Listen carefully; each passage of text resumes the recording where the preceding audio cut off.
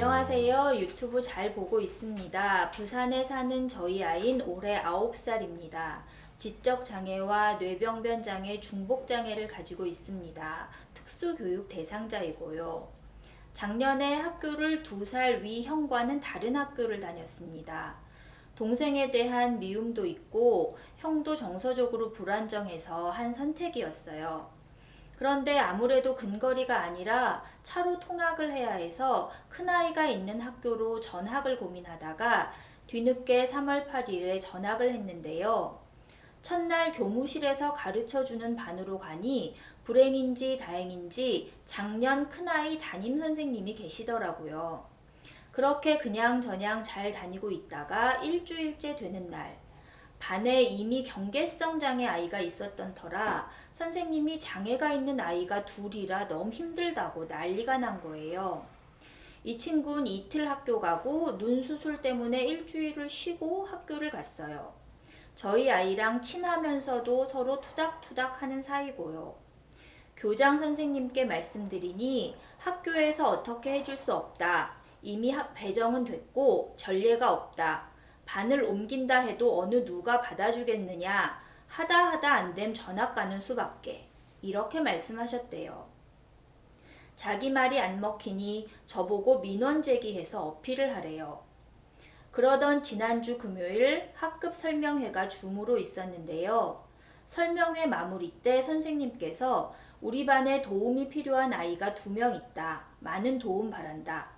누구누구 어머니 하실 말씀 없으신가요? 라고 하더라고요.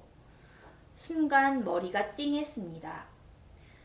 나중에 왜 동의도 없이 그런 말을 하시느냐? 어떤 도움을 바라시고 말씀을 하신 거냐? 개인정보는 왜 발설하셨냐고 하니 몰랐대요. 미안하다고 잘못했다고. 그렇게 몇 마디 사과 후 저보고 교장 선생님께 민원을 넣어서 어필을 하래요. 방법은 없지만 어필하래요. 이게 말인지 방군지. 앞뒤 다 막아놓고 면담하래요. 무슨 이런 경우가 있는지. 제가 너무 화가 나서 교육청이든 어디든 민원을 넣음 자긴 할 말 없대요. 만약 사퇴하라면 사퇴도 하신대요. 이런 경우엔 제가 어떻게 해야 할까요?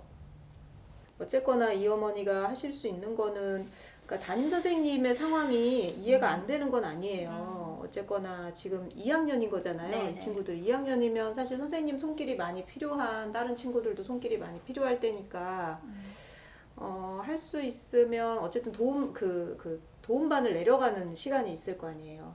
그럼 이 경계성 친구는 완통을 하는 상황이라서 더, 만약에 완통을 하지 않는다면 이렇게 좀 번갈아서 이렇게 있으면 어떨까 그런 생각을 좀 해봤는데 그게 아닌 것 같고, 그러면은 이 경계성 있는 친구는 계속 완통을 하는 거고, 이 뇌병변 친구는 아마 이제 도움반에 올라갔다 내려갔다 이렇게 하겠죠?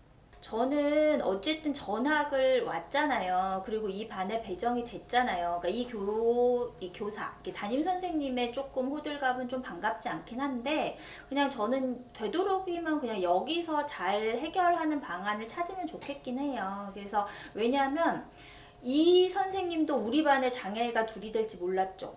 그것처럼 다른 반으로 혹시 옮겨가도 또 몰라요.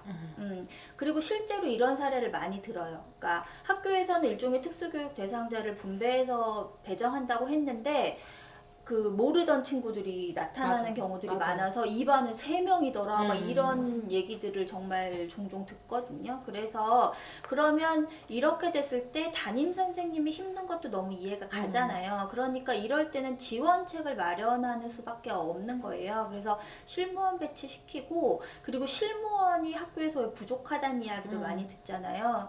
그럴 때 또 다른 방법들도 좀 있더라고요. 그래서 저는 최근에 들은 케이스는 그 학교는 이 담임 교사가 아니라 일종의 특수교사 선생님이 조금 아쉬운 케이스였는데, 애가 특수반에 오는 걸 너무 싫어하시는 거야.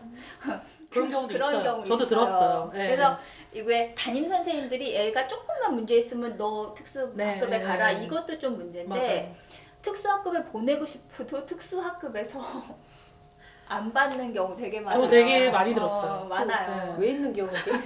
그러니까 어쨌든 그런 경우도 있는데 그 경우에 어떤 케이스가 있었냐면, 그러니까 특수교사도 이제 잘 안 받아주시려고 하는데 얘는 너무 지원이 필요한 아이예요. 그랬더니 요새 학교에 무슨 시니어 제도가 있다 그러더라고요. 학교에서 왜 시니어 직원을 계약직 채용해서 그걸 예를 들면 무슨 교통을 네, 좀 맞아요, 정리해 맞아요. 주시는데 하기도 하고, 아니면 학교에 아무나 침입하지 못하도록을 좀 하시는 것도 하고, 이렇게 학교에서 일종의 업무를 줄 수 있는데, 이 친구가 너무 손이 많이 좀 가는 친구인데 도움 인력이 필요하니까 이제 그 어떤 분을 좀 시니어 이렇게 인력으로 해가지고 배치하는 거를 학기 중간에 이렇게 한 케이스를 제가 최근에 봤거든요. 그래서 그런 식으로 이것도 제도를 찾아야 되는 거예요. 그러니까 이 안에서 선생님이 필요한 건 지원이거든. 나 혼자 이걸 감당할 수 없다는 거거든요. 그러면 실제로 뭐 이 사연 주신 분의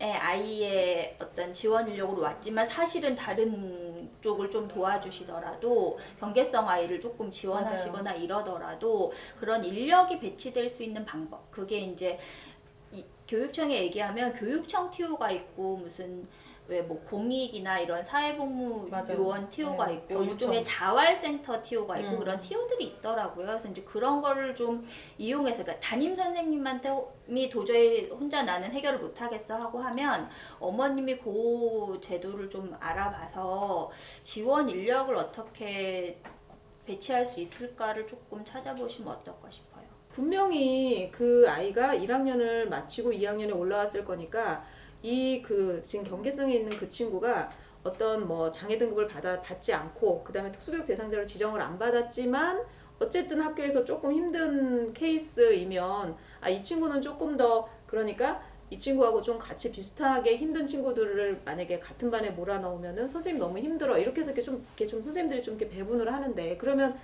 그 이 장애가 있는 아이가 전학을 왔을 때 그러면 좀 이렇게 좀 보고 좀 그런 친구들이 조금 없는 대로 좀 배정을 했으면 선생님이 조금 덜 힘들었을 것 같기도 하고. 근데 또 그러기에는 정말 선배님 말씀처럼 어느 반에 장난꾸러기 한 명씩은 다 있으니까 사실 어디서 얻어 걸릴지 그 모르죠. 배정의 결과가 이거일 수도 있어요. 네. 글쎄, 뭐 이미 물론. 딱 많은 특수교육 대상자 다 있고. 물론 어쩌면 그럴 수도 있어. 다 이미 드러난 특수교육 대상자가 다 있고. 아니, 근데 그리고 약간 제 생각엔 아마 또 전학을 왔기 때문에 담임 선생님 입장에서는 미리 배정이 아니라 만약에 누군가 하나 찢어져야 된다고 하면 나중에 전학 온 이 친구가 가는 게 좀 더 맞지 않을까라고 해서 어머님한테 그렇게 경솔한 행동을 하신 것 같은데, 어쨌든 선생님이 어떤 행동을 하시든 신경 쓰지 않으셔도 될 것 같고, 어머님이 지금 그래서 중간에서 어떻게 하실 거냐, 그러니까 이런 선생님한테 내 애를 맡기기가 누구나 약간 불안하잖아요. 하다 보니까 이제 그런 지원 인력, 교육청이 안 되면 여러 가지로 되게 많아요. 병무청에, 그러니까 공익은 또 교육청이랑 TO가 달라요. 근데 뭐 막 그 저는 그런 케이스도 봤거든요. 해당 구청에 교육지원과에 가서 하소연을 한 거예요. 실무 지원사가 배치가 안 돼서. 그 어머님이 막 우시면서 상황에 대한 걸, 그리고 학교에서도 해주고 싶어도 지원 인력이 없다는 걸 아시고 원래 구청에 와야 할 병무 그 TO를, 공익 TO를 학교로 빼주신 거예요. 일시적이나마. 뭐 내년에 다시 또 실무지원 신청할 수 있으니까. 그리고 왜냐면 실무지원사 배치도 이미 학기 초 다 끝나기 때문에 끝나서. 중간에 하면 사실 TO가 넉넉한 것이 아니기 때문에 어려워요. 그래서 조금 어머님이 수고스럽더라도 교육청이나 구청의 그런 뭐 교육지원과나 이렇게 알아보실 수 있는 지원 인력을 붙이면 학교도 할 말이 없어요. 엄마가 이렇게까지 지원 인력을 배치해 주는데 우리도 잘 돌보겠습니다라는 것밖에는, 이렇게까지 다 했는데도 무리하게 나온다고 하면 그때는 정말 이제 강하게 마음을 드셔야죠. 그리고 우리가 보통 2학년이고 중간에 전학하는 거는 쉽지 않잖아요. 쉽지 않은데 전학을 결심하셨던 거는 물론 뭐 거리가 있고 이래서 그렇지만 어느 정도 아이가 그래도 너무나 많이 힘들게 하지 않기 때문에 그랬을 거야. 막 정말 우리 지연이 같았으면 난 전학은 꿈도 안 꿔. 그냥 들어간데 그냥 거기서 그냥 계속 버티지. 전학을 간다는 거는 어느 정도는 어려움은 있지만 막 그렇게 애기가 가뜩이나 형과 같은 학교로. 맞아. 그러니까 이 같은 애기는 그냥 우리가 보기에는 그냥 괜찮은 거야. 그러니까 엄마가 전학을 결정하셨을 거거든. 괜찮아요. 그러니까 근데 여기저기 찾아봐도 지원책이 없으면 특수교사랑 잘 상의해서 개별반에 조금 더 시간을 보내는 걸로 IEP를 그렇게 좀 짜고 이 선생님과는 정말 큰 아이가 있으니까 크게 분란을 만들고 싶지 나는 않다라고 좀 하면 안 싸웠으면 좋겠어요. 참 이게 어떻게 보면은 좀 그럴 수도 있는데 그냥 되도록이면 좀 좋게 왜냐 그렇다고 이 담임 선생님이 변할 것 같진 않거든요. 이런 사람은 안 변해. 근데 너무 이런 사람들 올 때만 너무 속상해요. 왜 우리 부모들이 이런 부당한 요구를 이게 비장의 학생이라고 생각해봐요. 좀 말썽 핀다고 담임 선생님이 이렇게까지 할 수 있을까요? 너무 진짜 그 선생님들께서 학기 초에 정말 많이 힘드시겠지만 학기 초에 저희 그 장애 자녀를 학교에 보내놓고 그 엄마들 마음도 살얼음 판이거든요. 진짜 한마디만 전화 메일만 올려도 가슴이 철렁하는 시기인데 조금 그런 마음을 아신다면 진짜 이렇게 안 해주셨으면 좋겠어요. 정말. 발달장애인 가족들과 함께하는 채널 우리 아이 연구소.